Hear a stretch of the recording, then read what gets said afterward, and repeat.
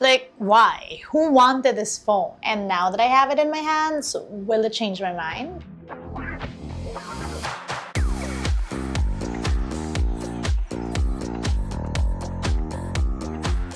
Good day, you beautiful people. Guess what we have in the house? We have the Samsung Galaxy S25 EDGE, and this is supposedly Samsung's thinnest phone yet. Of course, I have mixed feelings about this. I've always been team flip phone and team smaller phones, so I'm not exactly sure what I'm gonna do with thinner phone as to what's new, what it can do, how it relates to all the other Samsung phones in the lineup. We're gonna be talking about that in the video, but first, let's unbox.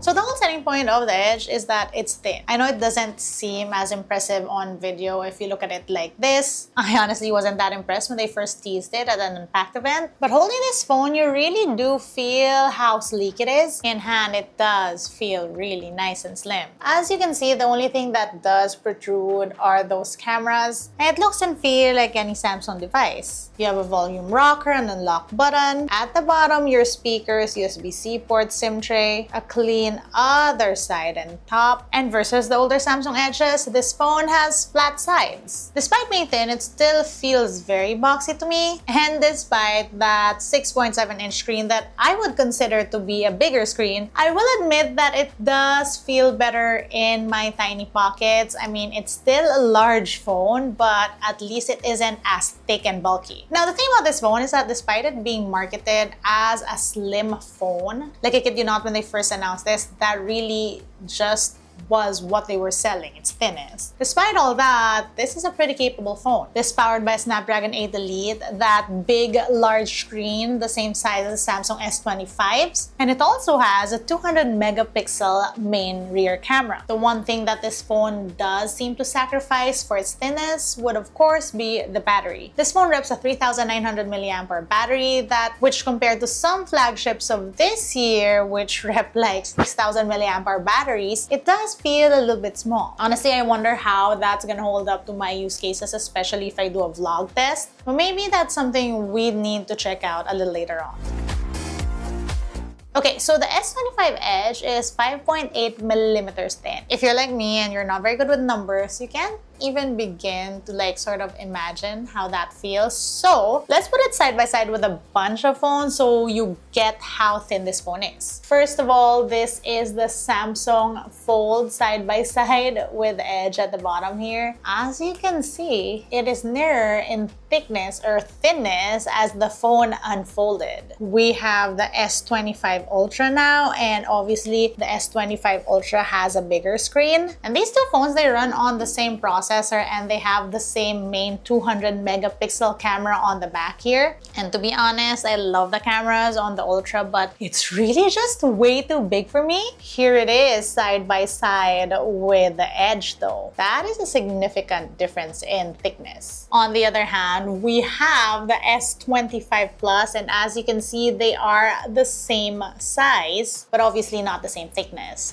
The EDGE is still thinner than the S25 Plus. We also have the Galaxy Z Flip 6, which is favorite phone. I'm a flip girl through and through. Side by side with the S25 EDGE, and obviously on its side, the Galaxy Z Flip 6 is thicker than the EDGE, and well, unfolded, it still is thicker. The Galaxy Z Flip is still thicker than the EDGE, but you can see the difference in screen size as well. And of course, the Z Flip has another screen up front. Now, a thing to note is that S25 S25 Edge is nearer in battery capacity as the Z Flip 6 and even the S25 base version. The S25 base version and the Z Flip 6 both have a 4,000 mAh battery, and the S25 Edge has a 3,900 mAh battery. That's a difference of 100 mAh. That is, of course, a departure from the 4,900 mAh battery of the S25 Plus and the 5,000 mAh battery of the S25 Ultra. And because battery life is the burning question, I did take this phone out the moment I unboxed it because I was so curious as to how the cameras and the battery would perform. And I took it on a night out. I went to a formal event, and here are some photos from that evening.